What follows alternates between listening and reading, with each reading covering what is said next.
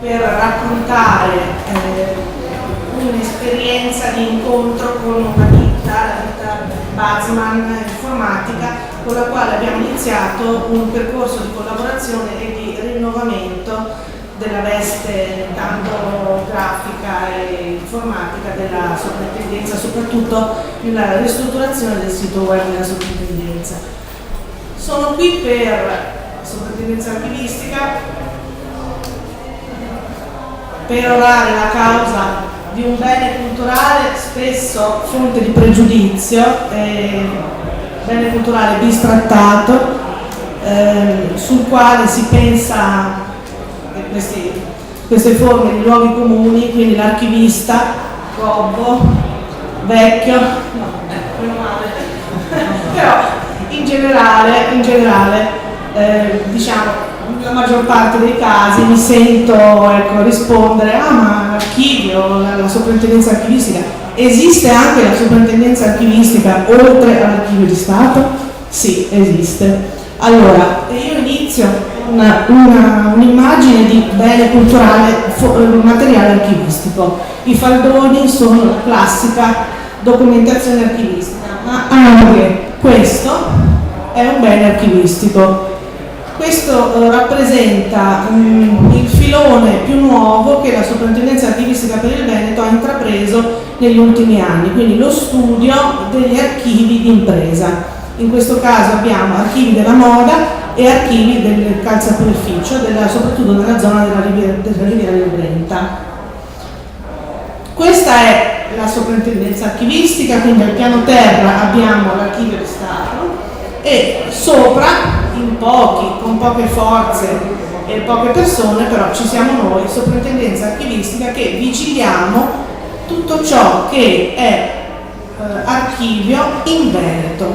Quindi i numeri, vi potete immaginare, sono giganteschi, ma non apriamo qui il capitolo dei tagli e della disperazione di questo periodo che colpisce purtroppo chi lavora in questo settore, nel settore dei beni culturali.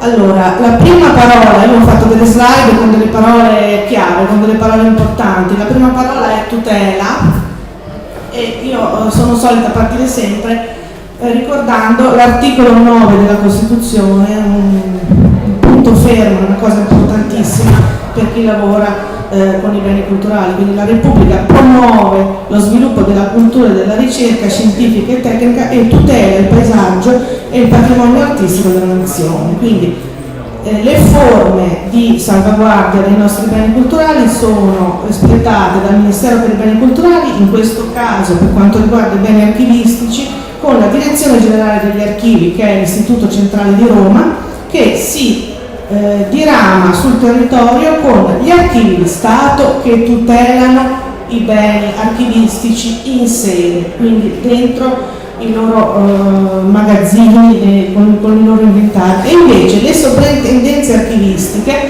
questa è la differenza fondamentale, che vigilano, controllano i beni archivistici, però lasciandoli negli enti sia pubblici che privati di appartenenza. Quindi la soprintendenza esercita esclusivamente una vigilanza.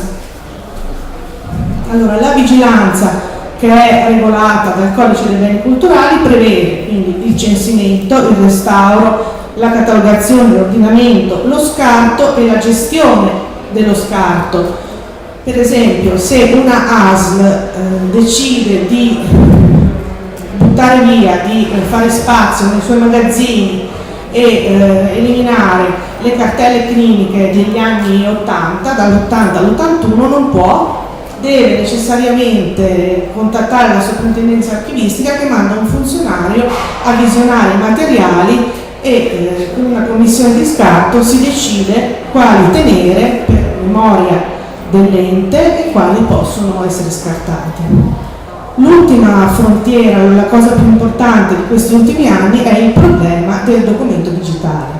Quindi la digitalizzazione dei documenti d'archivio è molto dibattuta in questi ultimi anni e noi come Veneto cerchiamo di affrontarla col concetto di interoperabilità delle banche dati. Quindi nel corso degli ultimi 10 anni si sono accavallate a livello centrale una serie di banche dati, SIUSA, SAN, portale degli architetti, tanti portali.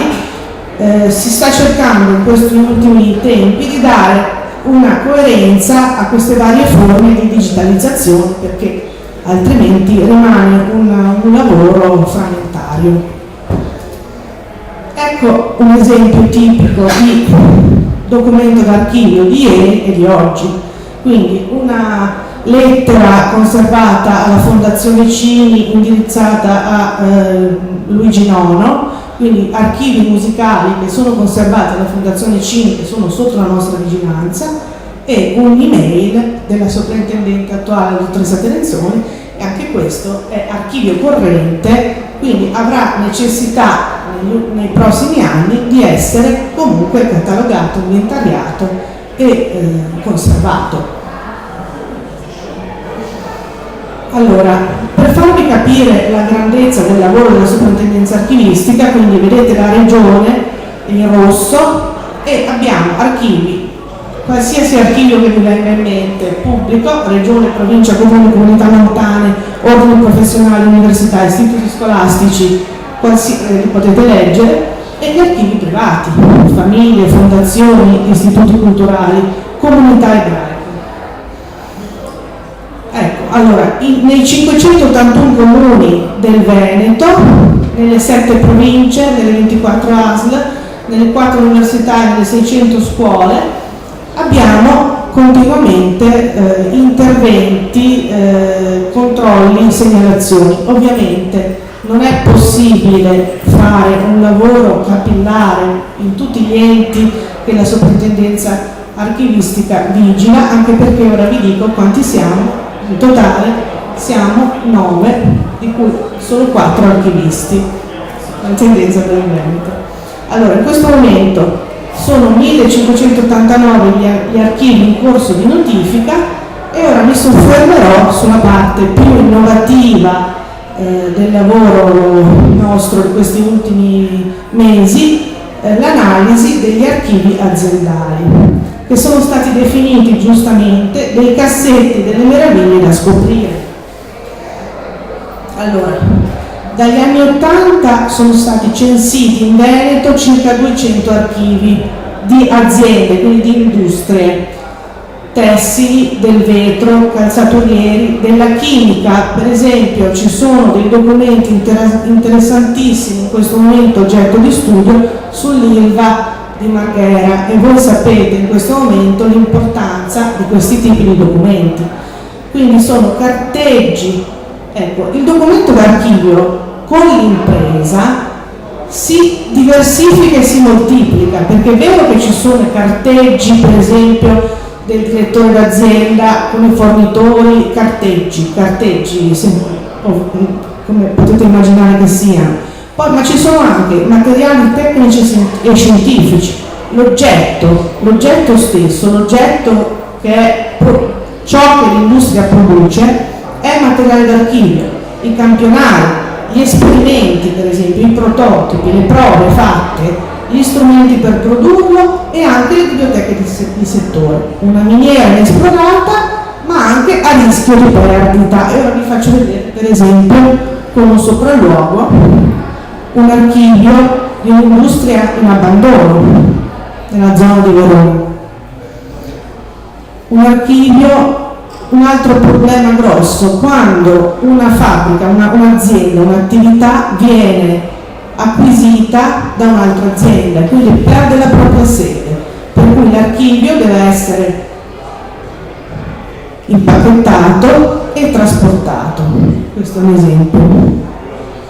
Un altro problema, l'alluvione, l'ultima alluvione che c'è stata in Veneto, documenti d'archivio impregnati, imbevuti d'acqua, perché i magazzini, le scaffalature di questa azienda erano in una zona non idonea, quindi erano in un sotterraneo. Ecco, ora vi ho messo qualche esempio, in questo caso i documenti d'archivio della moda, gli archivi della musica, gli archivi psichiatrici. tutte le cartelle cliniche di tutti gli ex manicomi del Veneto. Qui c'è un lavoro capillare che è stato fatto in Veneto, per esempio sugli archivi dell'isola di San Servolo. Questo è l'esempio. Gli archivi del vetro. In questo caso qui vedete le mani di Carlo Moretti che stanno progettando il bicchiere che poi verrà realizzato. Poi abbiamo Venini e Seguso. E questi invece sono gli archivi del tessile, che sono una miniera straordinaria di informazioni anche di storia sociale, cioè su come venivano lavorati e come in particolare le donne lavoravano in queste tessiture di Venezia. In questo caso abbiamo un telaio settecentesco ancora in funzione di Bevilacqua in alto e anche a destra, e sotto invece la tessitura Rubelli che ha anche costruito nel corso degli anni un archivio storico con i propri stoffi.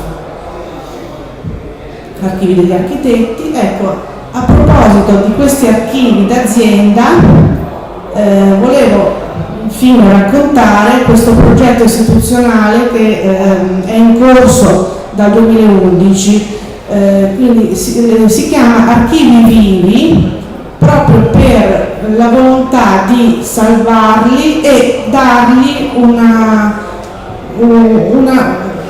un'eternità attraverso la conoscenza della popolazione del territorio che viveva con questa azienda di cui gli archivi fanno parte.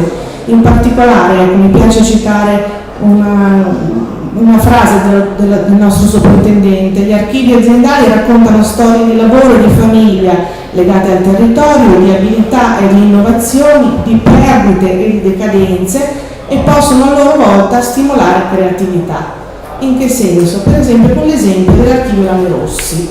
Allora, tutti i più grandi conoscono la coperta Lanerossi, la termocoperta Lanerossi della nostra infanzia, che era in tutte le case. Ecco, l'industria Lanerossi è fallita ed è stata acquisita dai Marzotto, quindi siamo nella zona di Schio a Vicenza. È stato fatto dal comune di Schio un lavoro molto interessante sullo studio e sul recupero di questo archivio.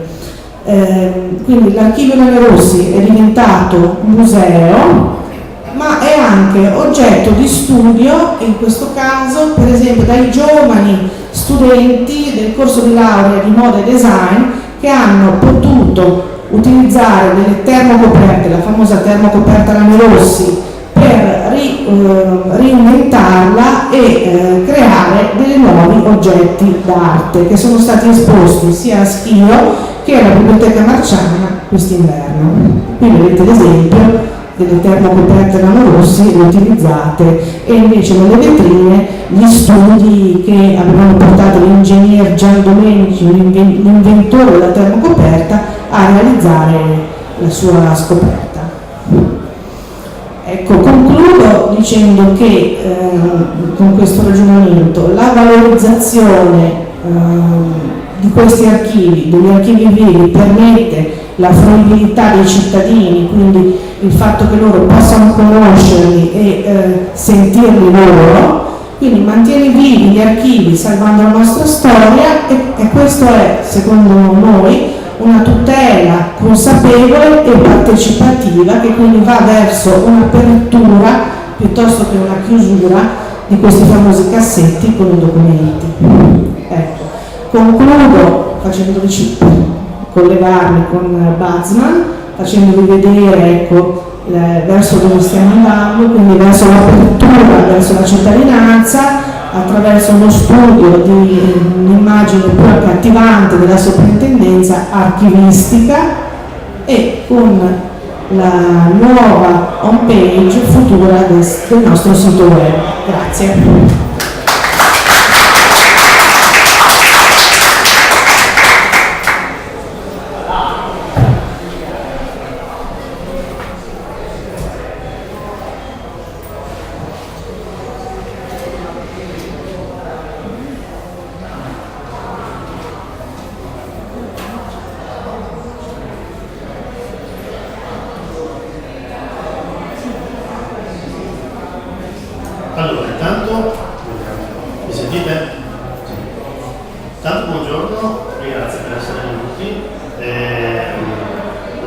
quando abbiamo iniziato a aderire all'iniziativa di Digital Week, eravamo partiti con l'idea di presentare partecipativa. Poi, lavorando con la sovrintendenza, abbiamo scoperto che c'erano dei punti di contatto tra quello che stavamo preparando noi, quindi il progetto di Wikipedia, e quello che stavano facendo loro a livello istituzionale.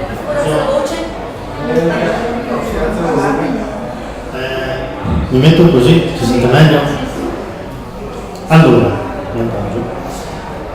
stavo dicendo, quando siamo partiti con il progetto partecipativo su Wikipedia, siamo iniziati con un tipo di progetto, poi collaborando con la sovrintendenza ci siamo resi conto che c'erano molti punti di contatto.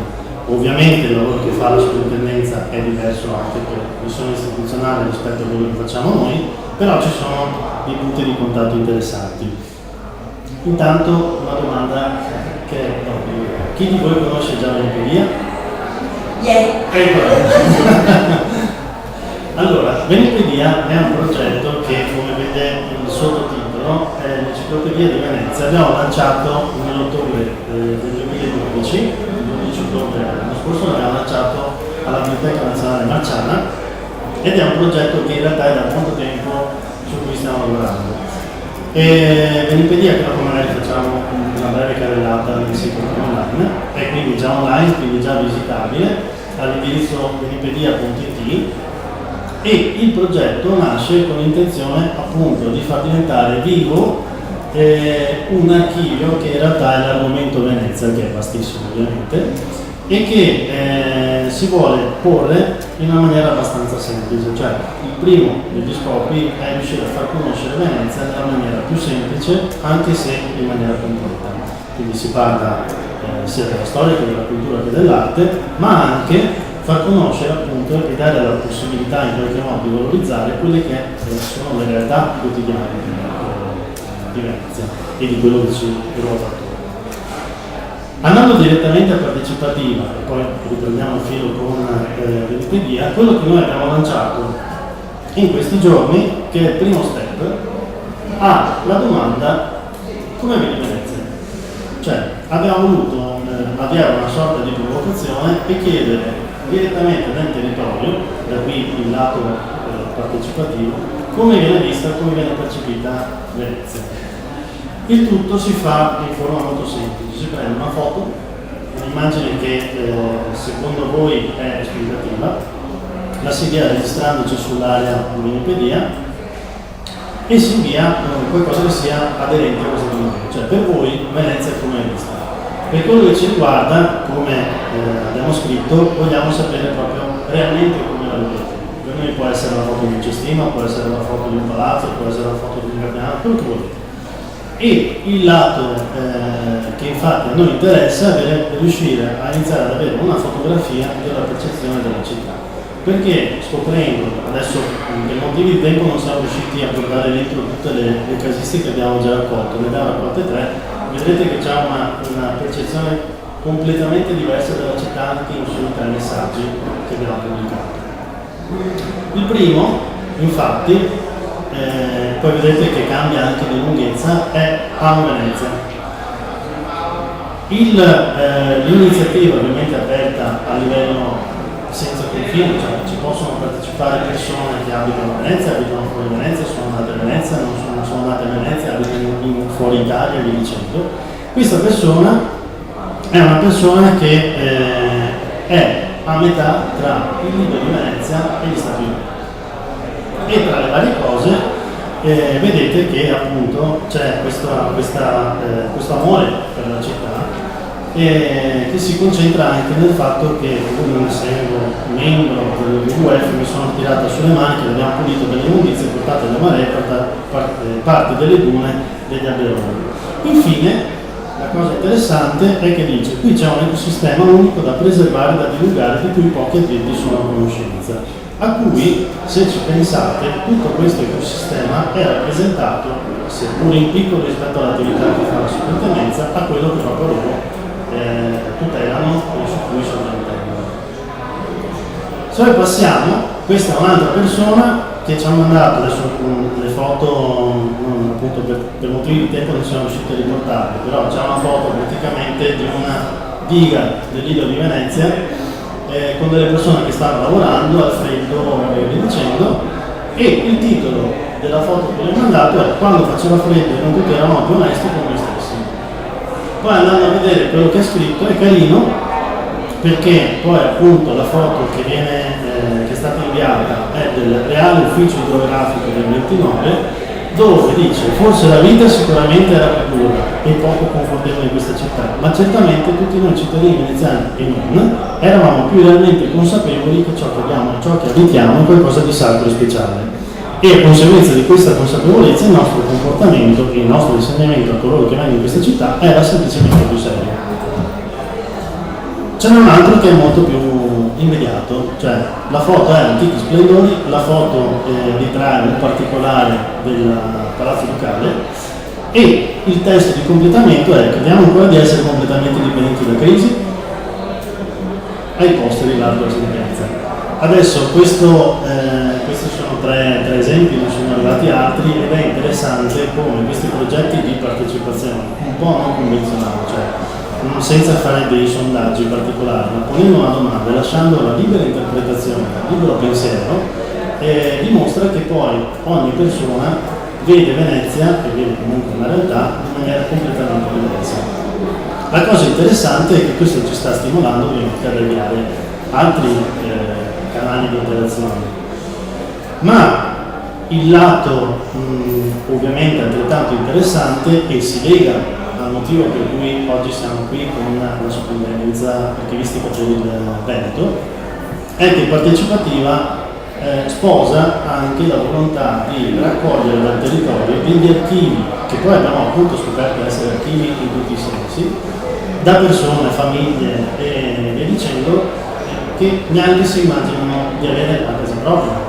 E infatti la cosa interessante, adesso poi lo vediamo sul sito, è che da questa iniziativa si stanno creando dei veri archivi e delle vere donazioni spontanee su Wikipedia che variano su tutti i tipi di fronti, da foto a cartoline, immagini, a testi, a testimonianze. Una cosa che annunciamo adesso e sarà pubblicata prima o poi, dovremo riuscire a pubblicarla, sono delle pagine di diario di una persona il cui papà è stato praticamente, si è reso agli austriaci nel periodo di guerra per amore sia di Venezia, e questa persona è da fuori Veneto, sia per amore verso Venezia, sia verso la famiglia che l'ha ospitato. Quindi nel periodo in cui loro erano qui come militari, è stato ospitato in una famiglia, a mangiare, ha fatto ospitalità e via dicendo,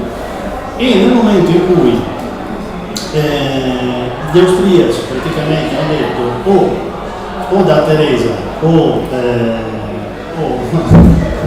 invadiamo tutto, molti di loro si sono resi gli austriaci, e così hanno liberato Venezia e le famiglie che non ci stanno. Ecco, questa è una parte importante, per cui, come avevamo annunciato nel workshop, il fatto di unire il mondo fisico, cioè quello che accade fisicamente nel mondo, e il valore e la forza del digitale, è che intanto, accorciando le distanze e dando la possibilità a tutti di inviare e di accedere, si crea un circuito virtuoso, per cui dalla raccolta attraverso la metodia partecipativa e tutte le iniziative che poi andremo avanti a portare, si creano proprio degli archivi che poi nostra volontà è offrire poi alla sovrintendenza piuttosto che ad altre istituzioni, dicendo, che è molto interessante. Quindi è il bello di questa potenzialità tra il creare un circolo di raccolta sul territorio partecipativo a cui tutti possono accedere, in un progetto che ha finalità appunto di valorizzazione di vari tipi, e che poi alla fine diventa un patrimonio per tutti. La cosa interessante, e chiudo così poi lasciamo spazio al Comitato Venezia, la cosa interessante è che uno dei punti fondamentali di preservazione è proprio quello che ha toccato la dottoressa Piastre, cioè il vantaggio della digitalizzazione permette anche di creare delle copie, anche se non sono originali, anche se perdono, se volete, il fascino della carta anticata piuttosto che la testimonianza dell'epoca, ma creano la possibilità di avere un archivio sicuro, mettiamo così, e vivo nel fatto che comunque è alla portata di tutti, è accessibile a tutti, ed è vivo perché permette di rendere vivi degli archivi appunto dalle imprese, dalle famiglie, via dicendo, che altrimenti non si conoscerebbero, e dà la possibilità, nonostante alluvioni, nonostante problemi di natura ambientale, di essere e di continuare nel tempo. Quindi questa è una delle importanze su cui noi stiamo lavorando da tempo. Lo facciamo appunto sia a livello testuale e sia a livello di vari film. Allora, vi faccio solo vedere un attimo, se va la rete, quello che è. Allora, questa è la home page dell'Wikipedia. Se si nota, allora, noi abbiamo suddiviso il progetto in varie sezioni. I luoghi di Venezia sono, ovviamente il progetto è appena nato, quindi è in crescita, man mano saranno completati i contenuti. Ci sono i luoghi che abbiamo catalogato così, sono tutte quelle cose che fisicamente hanno un risvolto sul territorio, quindi sono i palazzi, i chiese, i campi, via dicendo. Ogni contenuto è mappato, perché se noi entriamo nei palazzi vedete che oltre ad avere un elenco sulla destra c'è una mappa che permette di andare a vedere dove sono collocate le varie cose e poi andare a visitarlo. E poi all'interno, prendendo un contenuto specifico,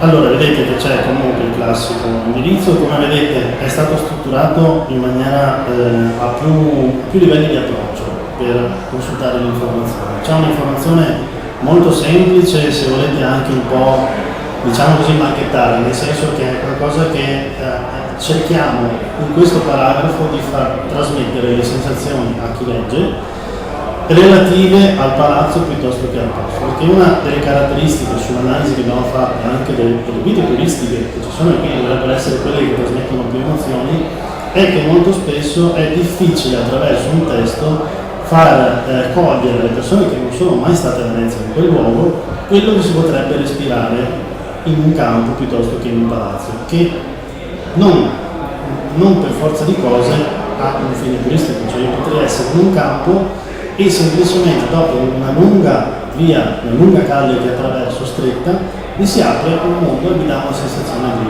di apertura, di respiro. Questa è la parte su cui su questa parte ci concentriamo a trasmettere questo tipo di informazioni che sono più sensoriali.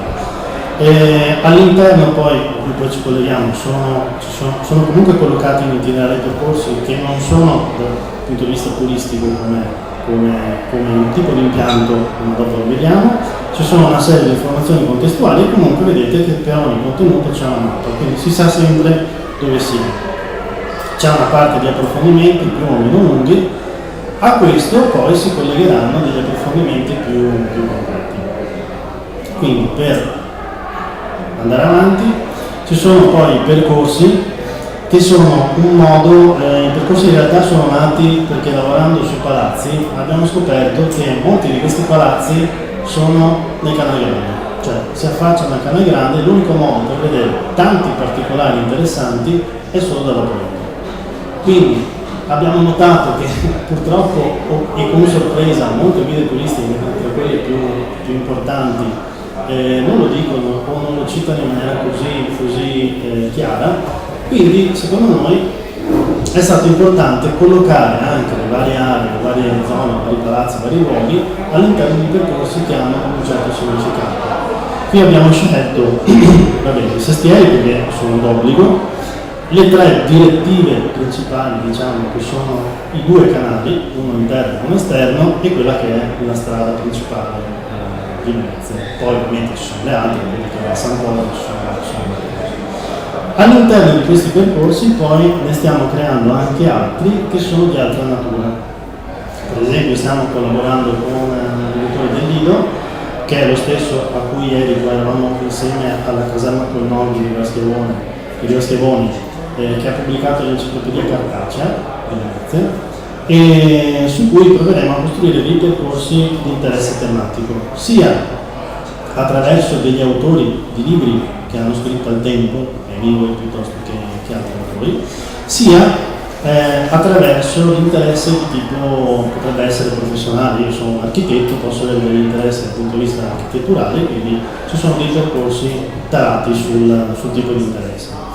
Dopodiché ci siamo ovviamente dedicati a quello che è una parte secondo noi fondamentale della storia di Venezia, che è la tradizione, e abbiamo iniziato con i detti e i modi di dire. Nei detti e i modi di dire c'è sia, ed è una cosa abbastanza innovativa, nel senso che abbiamo registrato delle persone che pronunciano in veneziano ogni detto e ogni modo di dire che abbiamo pubblicato. All'interno poi è stato fatto lo sforzo di non solo tradurre il significato, ma ricercare un qualche senso per cui è nato questo detto. Un senso potrebbe essere il fatto di scoprire che ha una storia di un certo tipo, piuttosto che collegarsi a dei significati storici nel tempo. Tra l'altro in questo abbiamo scoperto che uno dei modi di dire italiani per eccellenza nasce a Venezia, o comunque è fortemente dato come nato a Venezia, che è tagliare la testa al toro. Tagliare la testa al toro nasce a Venezia in un periodo storico particolare, e qui poi c'è la spiegazione, e così via. Quindi non si ferma solo a dare la traduzione o il significato breve di quello che è il detto, ma cerca, per quanto siano le informazioni a disposizione, di scavare un attimino più a fondo. A fianco qui c'è la traduzione, basta cliccare se via la pronuncia e via dicendo. Dopodiché, sempre nella tradizione, ci sono gli eventi ciclici, che sono quelli che arrivano storicamente, e ogni anno è un appuntamento. Tra un po' vengono la festa della Sensa, poi ci sarà il Redentore, piuttosto che la regata storica, piuttosto che anche eventi che sono più recenti, tipo la Biennale, cose così. Ci sono le persone raggruppano per il momento le personalità che sono state importanti a Venezia, o che comunque hanno avuto un'influenza su Venezia, e le famiglie altrettanto importanti. In questa sezione, ve ne do anticipo, il 6 giugno, se volete segnarvi, ci sarà alla Biblioteca Nazionale Marciana, in collaborazione con l'editore Supernova, il professor Giovanni Di Stefano, il Comitato Venezia e altre persone che saranno presenti, presenteremo una sezione dedicata ai doji. In quell'occasione poi, tra l'altro, l'evento sarà allietato da persone che suoneranno musica veneziana di varie epoche. Anche quello è un canale che è tutto da scoprire. Vado verso la fine. Tra le cose che abbiamo ovviamente inserito, per non essere intanto un sito come tutti gli altri su Venezia, ma dare qualcosa di nuovo, trasformare quindi l'enciclopedia in un'enciclopedia un po' più innovativa, ci sono c'è la parte dei servizi, tra cui abbiamo l'Enipedia TV, che è uno dei modi per costruire degli archivi vivi degli eventi che succedono a Venezia, perché spesso, molto spesso, a Venezia non si conoscono determinati eventi che ci sono, o come oggi ci saranno almeno altri 20 eventi in contemporanea su cui è difficile avere accesso, e tante cose sono molto interessanti. Quindi abbiamo lanciato un po' questo concetto di Wikipedia TV, che è partito da poco e lo stiamo ampliando anche in collaborazione con istituzioni di Venezia e non solo, su cui troverete anche la registrazione di oggi, altri eventi, tra cui quello di ieri, altri che sono stati fatti nel tempo, e piano piano si allargherà. Ecco perché a noi piace molto l'idea degli archivi vivi che stanno portando avanti loro della soprintendenza, e tutto il lavoro che comunque stanno facendo alla soprintendenza. C'è l'archivio fotografico storico, che contiene una serie di foto molto interessante, a testimonianza non solo di una Venezia più o meno recente, ma anche di come erano, come si vestivano gli arti e i mestieri, delle cose tipo i due ponti che c'erano all'Accademia, che c'era un ponte provvisorio, poi c'era l'altro ponte in costruzione e via dicendo. Anche questa è una sezione in espansione. L'almanacco di Wikipedia è comunque un servizio utile anche per i fotografi o gente appassionata, perché riprende un po' il concetto di quello che era l'almanacco che tutti più o meno avevamo in cucina, e oltre a dare la proiezione aggiornata, perché ogni giorno si aggiorna, di quelle che sono le fasi lunari, dà anche la prospettiva di altri dati, tra cui la durata della luce del giorno e i 3 crepuscoli, perché di crepuscolo non ce n'è solo uno, ma ce ne sono 3 tipologie. Il crepuscolo è la fase tra il sorgere del sole e il tramontare del sole, la parte di luce che si vede prima e dopo. In ultima, per riprendere proprio il discorso degli archivi digitali, del valore di pubblicare e di archiviare digitalmente degli archivi molto utili, ci sono questi. La biblioteca digitale contiene 2 opere. La prima è donata gentilmente qui presente Maurizio Vittorio, a cui adesso ci vedremo la parola insieme a Sabrina Forti. È un libro che ha pubblicato Solopà aveva una casa editrice qui a Venezia, che appunto affronta, è stato il primo che abbiamo pubblicato in combinata con i detti modi di dire, i detti veneziani, ovvero a Venezia si dice ancora così. E infatti la cosa che ci è piaciuta è perché in questo stesso libro c'è la prima, più approfondita ricerca di quelli che sono i detti e i modi di dire a Venezia, ma in maniera approfondita, quindi c'è tutta una ricerca dietro che è stata fatta, che dà un valore aggiunto al detto. Questo libro è pubblicato in formato digitale, in ebook, sia in EPUB che in Mobi, e ovviamente è leggibile anche dal PC. Qui abbiamo inserito una serie di collegamenti a dei software che si possono installare gratuitamente sul computer e si possono leggere, ed è molto interessante. Poi un'altra cosa, che è un altro esempio di quello che può essere un archivio che comunque noi consideriamo vivo in maniera diversa dal progetto istituzionale, però per noi è vivo comunque il poter accedere a questo tipo di chicche anche, come questa, che è una novella originale contemporanea, che è praticamente in breve il tema più classico dei racconti e delle novelle: il marito tradisce la moglie e da lì si innesca tutta una discussione. La cosa più interessante è che questo tipo di libro, comunque questo tipo di pubblicazione, non solo è del 1844, ma ne è stata stampata in sole 13 copie.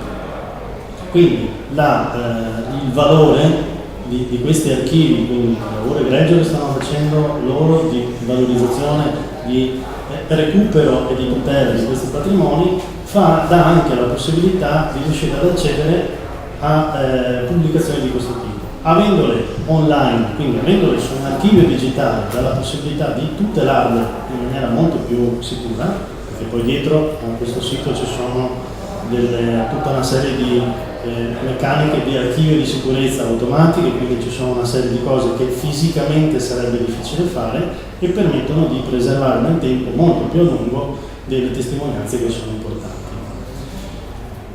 Quindi appunto per quello ci è piaciuto da subito il progetto che loro stanno portando avanti. L'ultima è la newsletter, per essere ovviamente aggiornati, e poi ci sono altre due sezioni: una blog che vi tiene aggiornati sia su delle cose che facciamo sul sito, sia eventi che noi riteniamo interessanti, e delle informazioni di corredo. Quindi per entrare, registrarsi, partecipare a Partecipativa c'è la sezione dedicata, se siete interessati. Noi vi invitiamo, perché ci interessa veramente riuscire a costruire una prima analisi, un primo osservatorio di come viene percepita la città. Da questo poi ci piacerebbe anche proporlo, ovviamente, portarlo a conoscenza delle istituzioni, tra cui il comune, vi dicevo, perché sono secondo noi delle cose importanti da sapere. e quindi vi invitiamo a registrarvi a partecipativa. Avevamo preparato anche un video, ma per motivi di limite qua d'impianto non ve lo facciamo vedere, ma è online sulla parte di Menipedia TV. Se entrate in Menipedia TV ci sono tante cose, tra cui, e finisco veramente, un'altra chicca che è una testimonianza di Margherita Hack sulla premiazione del dottor Tamburini, che è un astrofisico veneziano e che è stato premiato come veneziano dell'anno, di cui trovate anche qui tutta la ripresa che abbiamo fatto in streaming. Qui c'è l'H, che è stato premiato come veneziano dell'anno per una importantissima scoperta dal punto di vista scientifico, che da quello che è stato detto andrà a influire molto positivamente anche sulle trasmissioni wifi. Quindi una scoperta molto importante, perché andrà a cambiare radicalmente alcuni aspetti della società. Io ho finito, lascio la parola al Comitato Venezia.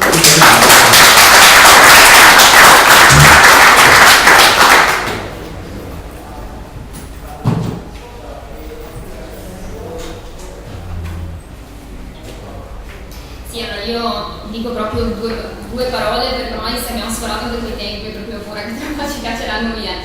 E allora niente, io volevo appunto semplicemente inquadrare il motivo per cui noi del Comitato Venezia siamo qui oggi.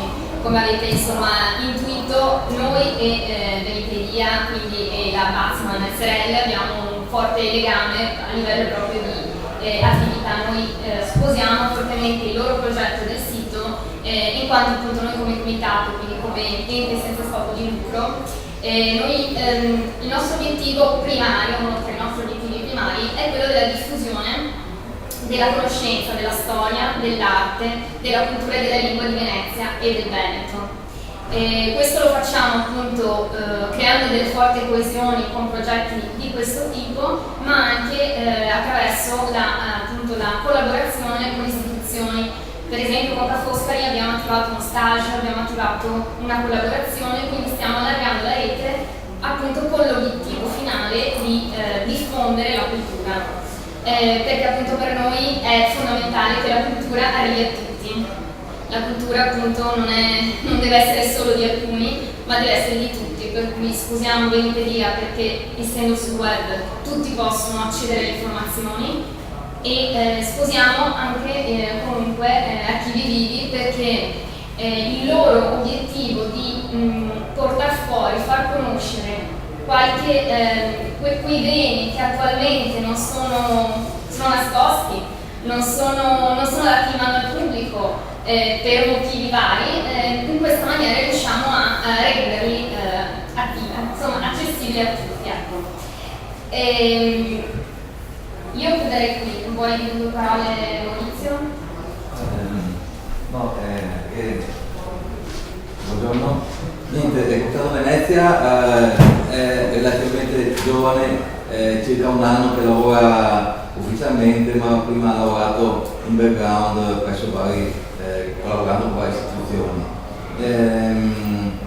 Come tutte le istituzioni abbiamo bisogno di forze umane. Non so, lancio la richiesta a chi si vuole associare, siamo qui, lì c'è l'indirizzo web che è contatti@comitatovenezia.it. Siamo aperti a tutti i tipi di collaborazioni, dai tecnici ai professori universitari a studenti, ognuno secondo il proprio ruolo. Direi che buongiorno. Siamo rimasti nei tempi. Marco, si può? Sì, appunto, se volete qualche domanda prima che arrivino gli altri. Sì, allora, sul giornale di oggi, oltre a voi, sulla nuova, c'è come al solito Forte Marghera. Forte Marghera è un problema grossissimo, domenica ci sarà la festa del volontariato, quindi invito tutti a chi non l'avesse visto andarlo a vedere, e a chi non lo conosce fortemarghera.it, il lavoro dei cittadini che viene nominato anche oggi. Cosa sto dicendo io, proprio alla signora e a voi? Che Perché c'è bisogno di un sito per far sapere a livello mondiale che c'è l'isola dei sogni da costruire. Lì non rompiamo le scatole a nessuno perché tutto da fare, tutto da ristrutturare, tutto da ricostruire. Cosa ci possiamo inventare?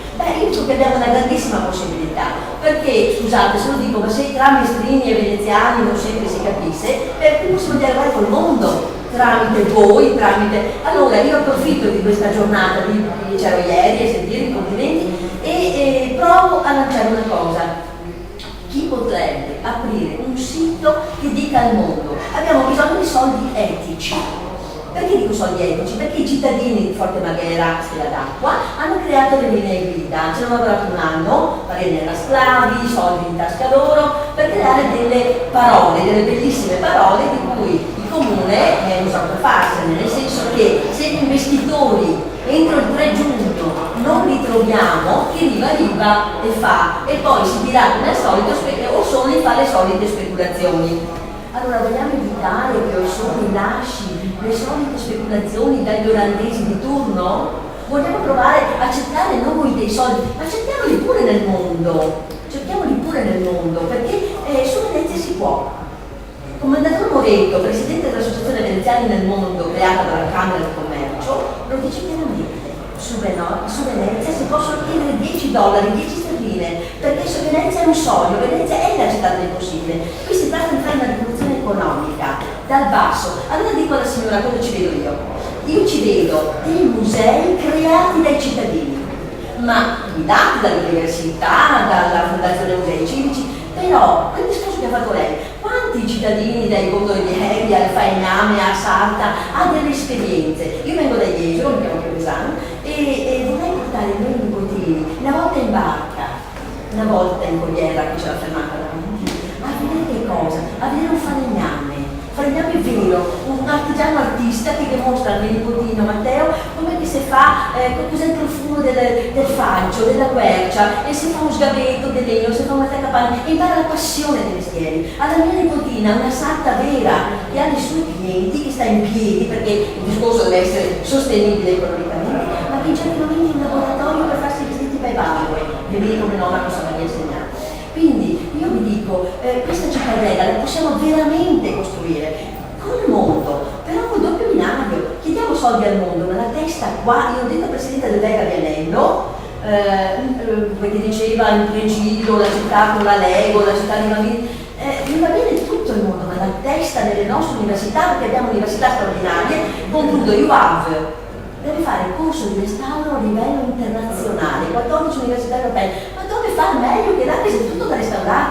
Allora, se una cosa deve diventare il museo delle fortezze, una cosa deve diventare una falegnameria, allora il soffitto, il pavimento saranno in rete come scuola, come studio, dimostrare al mondo. Poi vi dico l'ultima cosa che ci ha detto in quell'orribile parola che è la decrescita, che spero che se ne trovi nata da meglio, perché quella è brutta, gli amici di Friuli, evidentemente scrivati, ci hanno detto perché non fare veramente in quest'isola il centro internazionale del restauro, dove in Canada, in Emilia Romagna, in Puglia, uno ha la casa completamente da restaurare, ha bisogno di una rete in cui ci sia l'idraulico, l'elettricista, il falegname, il carpentiere, e qui noi gli diciamo che c'è l'innovazione. Allora, dai mestieri più antichi a quelli più futuri che stanno studiando qua fuori, noi mostriamo al mondo cosa è Venezia, cosa è stata e cosa può essere, insegnare al mondo le buone pratiche per creare posti di lavoro attraverso un volontariato culturale che noi come università della terza età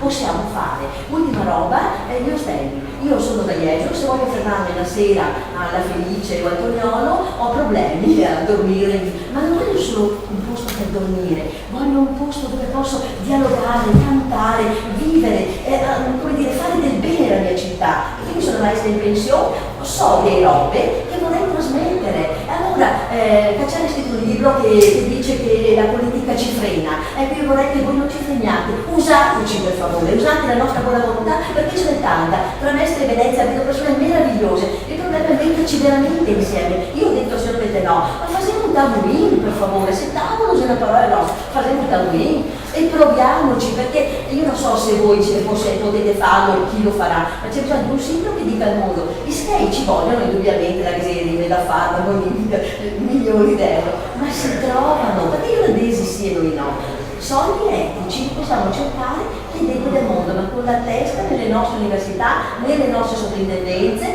nei nostri politici, sentiremo tutti pagliacchitta. E infatti è per questo che dico abbiamo lanciato Partecipatio col la prima domanda è come di Venezia, quindi se lei ha magari su un podio non vuole entrare e mandare anche queste segnalazioni per noi è perfetto. Grazie a tutti, alla prossima.